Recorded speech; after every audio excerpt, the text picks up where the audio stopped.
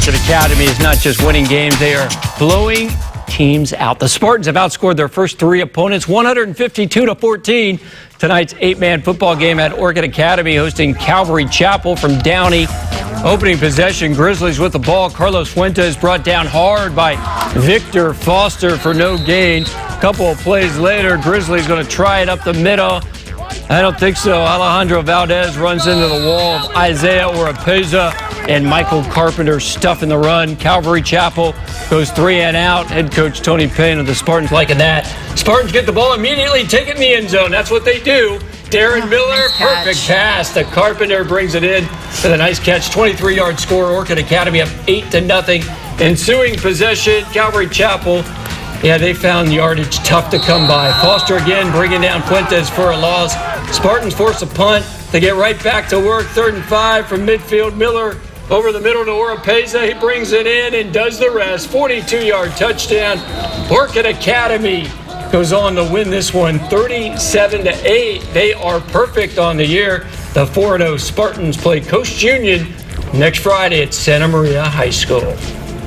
Well, Coast Union was in Carpinteria tonight to take on the Kate Rams. Now, Friday Football Focus reporter Taja Davis was at the game and joins us live in studio with the highlights. Hi, Taja. Hi, Centere. The Kate Rams were really pumped up tonight. They usually play their games on Saturday afternoons, but tonight they were under the lights and the Rams shined against Coast Union.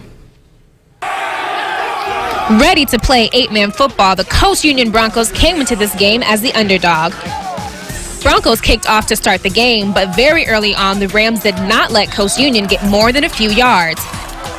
Feeling pumped, it's the Rams' turn, and running back Isaiah Washington rushes the ball until he's taken out of bounds.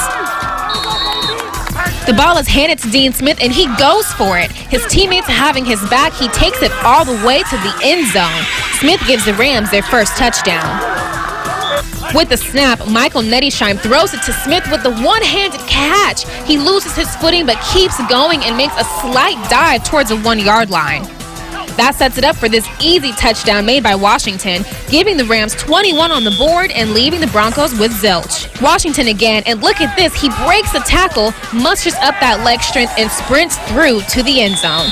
Quarterback Clinton Hall splits through the middle, performs some acrobatics with a spin before he's brought to the ground. Hall again with the acrobatics, deciding to run it. He hops over an opponent, breaks a tackle, and stiff arms a Bronco to make it into the end zone. Coast Union managed to score a couple of touchdowns late, but this one was all Kate. Final score, Rams win 15. The Kate Rams have now collected 2 wins to start the season. Next Saturday, they host Chadwick High School. Reporting live from the studio, Taja Davis. Back to you. All right, Taja, great job. Thank you to you, and welcome to the Friday Football Focus team. Well, the Cal Poly football squad played an historic game last weekend at Arizona State. They nearly pulled off what could have been the program's biggest win ever. Yeah, that's right. Our Dave Alley was there in Tempe and shows us what it was like for players and fans to get a taste of some major college football. Under the bright lights of Sun Devil Stadium and in the glare of the national spotlight, Cal Poly hit the big time. It's awesome, awesome. We are all just so overwhelmed, and to be here, oh my goodness. Cal Poly's awesome. The Mustangs are here. Go Cal Poly, yeah! They may have been few. Mustang fans were loud and proud. Well, it's a great experience here. This is big-time football. An experienced Oregon alum, Scott Shepard, father of Arroyo Grande grad Kelly Shepard, can relate to. This is the first field that he and I both have played on.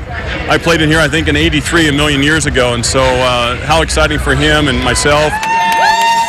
For Jennifer Calhoun, incredibly, she has sons on both teams. This is a pretty unbelievable experience to be able to see both kids meet each other on the field. They haven't done that before, but now they get to meet each other playing college. Cal Poly had never before played a Pac-12 opponent, and they were given a rude welcome. It's a little bit more hostile of an atmosphere than I'm used to, so I guess I'm kind of feeling how the visitors feel when they come and visit our stadium. Playing on the biggest stage since the Mustangs nearly upset Wisconsin 7 years ago, the game was a rare opportunity for Cal Poly to showcase its program at the national level. And they proved they could play at this level, entering the fourth quarter tied before falling 35-21. I think we all put Cal Poly on the map, really. You know, we competed with, one of the top teams in the Pac-12. To play in a Pac-12 environment and all those things, a lot of kids dream about doing that when they're, 7 and 8 years old. And thought we played extremely hard, and I couldn't be prouder of the way we played against a good football team. While the Mustangs came up short, the season is a long way from over, and it's already one that will always be remembered. So awesome. Well, Cal Poly has their home opener at 7:30 p.m. tomorrow night as they take on Northern Iowa. Both teams are ranked in the top 25. Should be a good one. Now, as we go to break, let's check out some more high school scores that are not on the ticker tonight. We had Royal shutting out Channel Islands. Thousand Oaks likewise does the same to West Ranch and Templeton. Don't snooze on Templeton.